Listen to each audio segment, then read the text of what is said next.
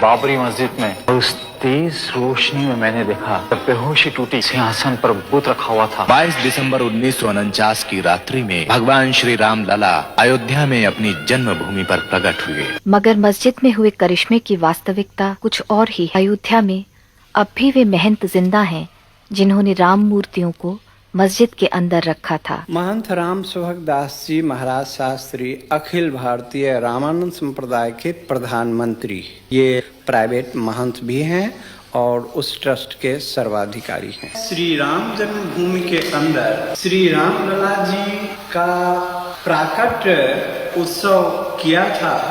वह कौन सा डेट है, कौन सा तारीख है, कौन सा सन है, आप बताने का कष्ट करें। 23 दिसंबर 1949 ईस्वी। 23 दिसंबर 1949 ईस्वी में आपने श्री राम लला जी का प्राकट उत्सव किया था और वहाँ बाबरी मस्जिद में भगवान का अवतार हुआ था आपके द्वारा। आपके ऊपर भी कोई ऑर्गेनाइजर था?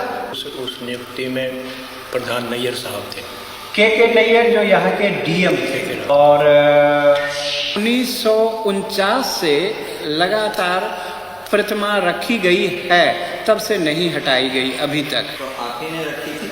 महंत राम सेवक दास जी शास्त्री जी जो आप सामने में हैं, आपने ही रखी थी। हाँ जी, हमारे और भी सहयोगी थे, केवल मैं नहीं था। तो मूर्ति रखने का काम आपको कैसे, उसके बारे में आपने कैसे सोचा? तो स्वप्न रूप हुआ, उस स्वप्न को साकार किया, मूर्ति रख। गवर्नमेंट ने आपके नाम से वारंट जारी किया था।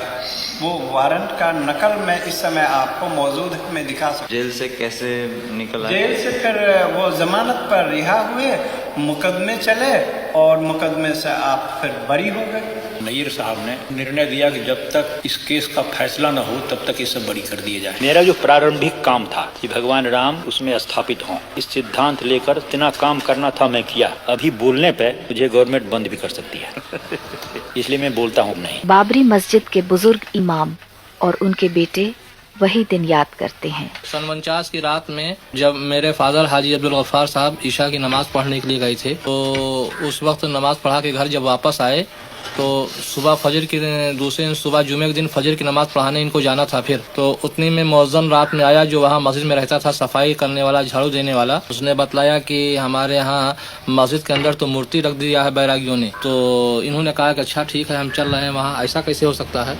जब वहाँ आए तो डीएम ने वादा किया कि आप इस जुमे की नमाज कहीं अलग पढ़ लीजिए और उसके बाद। हाँ जी, हमारे और भी सहयोगी थे, केवल मैं नहीं था।